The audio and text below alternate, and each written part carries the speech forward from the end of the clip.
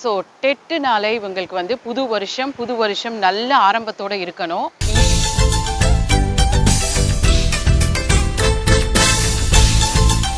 ஐயோ இந்த புக்ஸ் எல்லாம் இப்படி கலைஞ்சிருக்கேன் நான் வேணா அடுக்கட்டுமான்னு சொல்லுவாங்க. அந்த மாதிரி நம்ம எந்த வேலையும் செஞ்சிடக்கூடாது, எந்த கமெண்ட்ஸும் அடிக்கக்கூடாது. டிஸ்கவுண்ட் கிடைக்கும், ஸோ நீங்களும் ஷாப்பிங் பண்ணலாம். ஒரு ஆன்சர் சொல்றேன்னு சொல்லியிருந்தேன் இல்லையா, அதாவது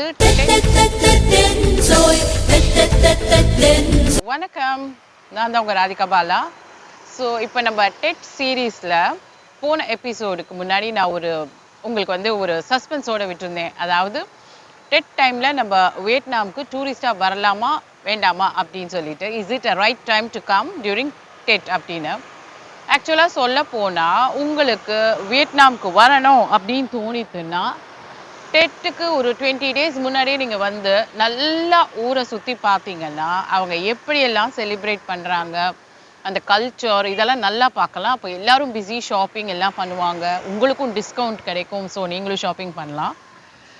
அதே வந்து அந்த டெட் டைமில் பார்த்தீங்கன்னா அவங்களுக்கும் it's a long holiday. So வந்து எல்லோரும் வந்து அவங்கவுங்க நேட்டிவ் பிளேஸ்க்கு கிளம்பி போயிடுவாங்க. அதனால வந்து அப்போ உங்களுக்கு வந்து சுற்றி பார்க்க முடியாது. அதனால வர்றது வந்து கொஞ்சம் ஏர்லியாக வந்து டெட் செலிப்ரேஷன், அந்த டெக்கரேஷன், அந்த ப்ரிப்ரேஷனை பார்த்துட்டு நீங்களும் அவங்க ஊருக்கு கிளம்பி போகிற மாதிரி நீங்களும் வேறு ஊருக்கு கிளம்பி போகிறது இஸ் அட்வைசபிள்.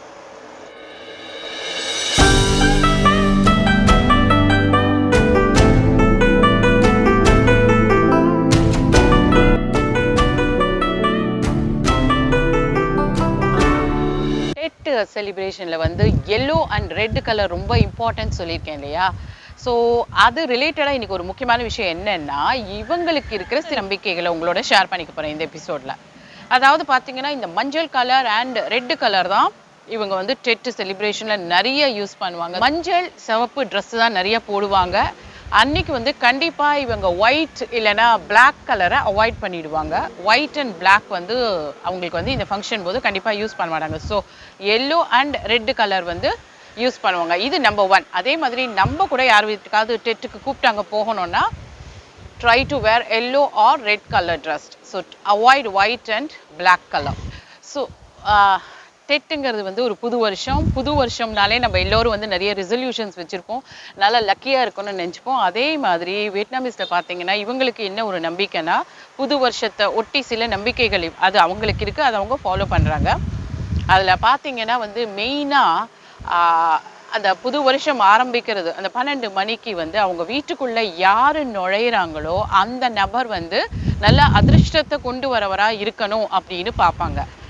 ஸோ அதனால அவங்க என்ன செய்வாங்க அப்படின்னா, அவங்க வீட்டிலேயே இப்போ அவங்க வீட்டு தலைவர் இல்லை அவங்க வீட்டில் யார் ரொம்ப ஒரு அதிர்ஷ்டமானவங்களோ அவங்கள வந்து ஒரு 11 மணி அந்த மாதிரி வெளியில் போயிட சொல்லிட்டு டான்னு 12 மணி அடிக்கிறச்சே புது வருஷம் பிறக்கிற சமயத்தில் அவங்கள வீட்டுக்குள்ளே வர சொல்லுவாங்க.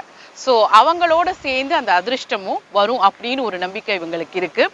அது நம்ம ஊரில் கூட அந்த நம்பிக்கை இருக்கு இல்லைங்க. சில சமயம் வெளியில் போகிறச்சே இவ ரொம்ப அதிர்ஷ்டம், இவளை வெளியில் வர சொல்லுவோம், இவளை பார்த்துட்டு போனால் நல்லா இருக்கும் அப்படின்னு சொல்லுவாங்க.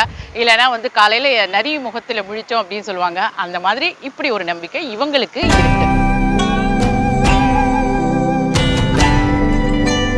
நம்பிக்கையில் வந்து இந்த நம்பிக்கை பார்த்தீங்கன்னா உங்களுக்கு ரொம்பவே புதுமையாக இருக்கும். அதாவது என்னன்னா கோஸ்ட் மணி அப்படின்னு சொல்லுவாங்க. கோஸ்ட் மணி அப்படின்னா வந்து நம்ம இவங்க ஊர் பணம், அதாவது டாங் அந்த கரன்சியை வந்து இந்த பேம்பூல ஆன பேப்பரில் வந்து பிரிண்ட் பண்ணிட்டு அதை வந்து மறைந்த முன்னோர்களுக்கு ஆஃபர் பண்ணுவாங்க. இதில் வந்து என் ஃப்ரெண்ட் என்ன சொன்னாங்கன்னா 2 விதமாக அவங்க நம்புவாங்களாம். ஒன்று வந்து முன்னோர்கள் மேல் லோகத்துக்கு போனப்புறம் அங்கே அதை அவங்க வச்சுப்பாங்கங்கிற மாதிரி ஒரு நம்பிக்கை. இன்னொன்று வந்து இந்த மாதிரி அவங்களுக்கு அந்த ஆஃபரிங் கொடுக்கறதுனால அவங்களுடைய ஆசைகள் எல்லாம் பூர்த்தி ஆகும்ட்டு. இது கூட கிட்டத்தட்ட நம்ம முறையில் கூட நம்ம செய்வோம் இல்லைங்களா. அப்போ அமாவாசைனா நம்ம வந்து முன்னோர்களுக்கோசரம் படையல் வைப்போம், அவங்க சந்தோஷமா இருந்தால் நம்ம சந்தோஷமா இருப்போம்ட்டு. ஆனால் இந்த கோஸ்ட் மணிங்கிறது இந்த டெட்டில் வந்து கண்டிப்பாக இவங்க செய்வாங்க. ஸோ இது ஒரு நம்பிக்கை அவங்களுக்கு. முதல்லேருந்தே நான் சொன்னது என்னென்னா, டெட்டுனா வந்து நம்ம பொங்கல் மாதிரி வீடெல்லாம் க்ளீன் பண்ணுவோம், தீபாவளிக்கு வீடு க்ளீன் பண்ணி மகாலட்சுமியை வரவழைக்கிற மாதிரி இவங்க வந்து டெட்டுக்கு முன்னாடி க்ளீனிங் பண்ணுவாங்க. ஆனால் நம்ம வந்து பூஜை பண்ணுறதுக்கு முன்னாடி கூட வீட்டை சுத்தப்படுத்திட்டு நம்ம பூஜை பண்ணுவோம். இங்க பாத்தீங்கன்னா இவங்க அந்த டெட் அன்னைக்கு, அந்த புது வருடம் பிறக்கிற அன்னைக்கு வீட்டை பெருக்கவே மாட்டாங்க. எல்லாமே முதல் நாள் பண்ணதோட சரி. ஏன்னா அன்னைக்கு பெருக்கினா வந்து அதிர்ஷ்டமும் வெளியில போயிடும் அப்படின்னு இவங்களுக்கு ஒரு நம்பிக்கை. நம்ம இங்க கொஞ்சம் லேசா வேறுபடுறோம் இல்லையா?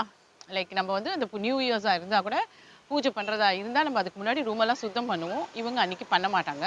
முதல் நாளே பூஜை அறை, அந்த ஆல்டர் சொல்ற அந்த பூஜை அறையிலேருந்து வீட்டையே சுத்தம் பண்ணிட்டு அன்னைக்கு ஃபுல்லா பெருக்கவே மாட்டாங்க.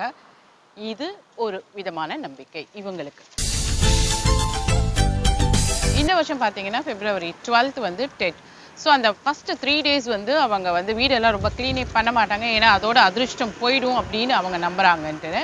அதனால நம்ம யார் வீட்டுக்காவது போனோம்னா, இப்போ நம்ம ஃப்ரெண்ட்ஸ் வந்தாங்கன்னா கூட, ஐயோ இந்த புக்ஸ் எல்லாம் இப்படி கலைஞ்சிருக்கேன், நான் வேணா அடுக்கட்டுமான்னு சொல்லுவாங்க. அந்த மாதிரி நம்ம எந்த வேலையும் செஞ்சிடக்கூடாது, எந்த கமெண்ட்ஸும் அடிக்கக்கூடாது. அவங்க நம்பிக்கையை நம்ம வந்து மதிக்கணும். இது ஒரு விதமான நம்பிக்கை, அவங்களுடைய நம்பிக்கை. ஸோ இந்த மாதிரி நிறைய விஷயங்கள் இருக்குங்க. டெட்டை சம்மந்தப்படுத்தி நம்ம பேசினோன்னா அவங்களுக்குன்னு சில மூட நம்பிக்கைகள் இருக்குது. அது மூட நம்பிக்கைன்னு சொல்லக்கூடாது, அவங்களுக்குன்னு சில நம்பிக்கைகள் இருக்குது. எப்போவுமே வந்து நம்பிக்கை தான் நம்மளுக்கு வந்து ஒரு தனி தெம்பை கொடுக்கும். அதனால் அவங்க நம்பிக்கையை நம்ம அனுசரித்து போகிறது ரொம்ப நல்லது. இப்போ நான் சொல்கிற இதெல்லாம் வந்து சூப்பர்ஸ்டிஷன் அப்படின்ட்டு நம்ம சொல்லுவோம். ஆனால் வந்து அது அவங்களுடைய பிலீவ்ஸ்ன்னு அவங்க சொல்லுவாங்க. அதனால் வந்து நம்ம அதை வந்து அந்த மாதிரி கண்ணோட்டத்தில் தான் பார்க்கணும். அண்ட் அவங்க ஃபாலோ பண்ணுறாங்க, அதனால நம்மளுக்கு ஒன்றும் தப்பு இல்லை. So that is their belief and let us also try not to hurt any one's feelings. அப்புறம் வந்துட்டு டெட் அன்னைக்கு போய் நம்ம யாரையும் கடன் கேட்கக்கூடாது. இது இல்லையே அது இல்லையேன்ட்டு கேட்கக்கூடாது. ஏன்னா அதை வருஷம் ஃபுல்லாக கடன் கேட்குற மாதிரி இதெல்லாம் வந்து சாதாரணமாக நம்ம வீட்டில் கூட பெரியவங்க சொல்லுவாங்க. அண்ட் மெயினாக வந்து அவங்கக்கிட்ட போய் நம்ம வந்து ஒரு இந்த சாதாரண நெருப்பெல்லாம் கடன் கேட்க மாட்டோம். மேபி இந்த மேட்ச் பாக்ஸ் விஷயமா இருக்கலாம். அப்புறம் உப்பு கடன் கேட்கக்கூடாது. இந்த மாதிரி சில விஷயங்கள்லாம் இருக்குது. இதெல்லாம் வந்து ஒரு விதத்தில் இப்போ இந்த லேட்டஸ்ட் ட்ரெண்ட் மாடர்ன் டேஸில் வந்து சூப்பர்ஸ்டிஷன் சொல்கிறோம். பட் இது வந்து ஒரு கல்ச்சருக்கும் சில பிலீவ்ஸ் இருக்கும். அந்த மாதிரி இது ஒரு பிலீவ்ஸ். இந்த பிலீவ்ஸ் அவங்களது இருக்குது, உங்களுக்கு சொல்லணுங்கிறதுக்கோசரம் நான் இந்த விஷயங்கள் எல்லாம் சொல்கிறேன். புது வருட கொண்டாட்டத்துலேருந்து நம்ம தெரிஞ்சுக்கிறது என்னன்னா, நம்ம ஊரில் மஞ்சள் குங்குமம், ஹல்தி குங்குமம் சொல்கிற மாதிரி அந்த 2 மங்களகரமான பொருட்களை குறிக்கிற மாதிரி மஞ்சள் அண்ட் சிவப்பு இங்கே ரொம்பவே இம்பார்ட்டன்ட். இந்த காலத்து பிள்ளைகளுக்கு நான் என்ன சொல்ல விரும்புகிறேன்னா, எல்லா நாட்டிலையும் அவங்களுக்குன்னு இருக்கிற கலாச்சாரத்தை அவங்க பின்பற்றுறாங்க.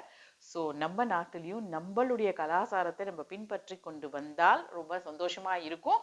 அது நம்ம தான் பெரியவங்க வந்து பசங்களுக்கு சொல்லி கொடுத்துட்டு வரணும். ஸோ இந்த வீடியோ உங்களுக்கு பிடிச்சிருக்கும்னு நினைக்கிறேன். கண்டிப்பாக லைக் பட்டனை ப்ரெஸ் பண்ணுங்க. அப்படியே நீங்க புதுசா நம்ம சேனல்ல பார்க்கறதா இருந்தா சப்ஸ்கிரைப் பட்டனை ப்ரெஸ் பண்ணுங்க வித் பெல் ஐகான். அண்ட் அடுத்து சூப்பரா உங்களுக்கு டெட்டோட முக்கியமான சில விஷயங்களை சொல்றேன். ஓகேவா?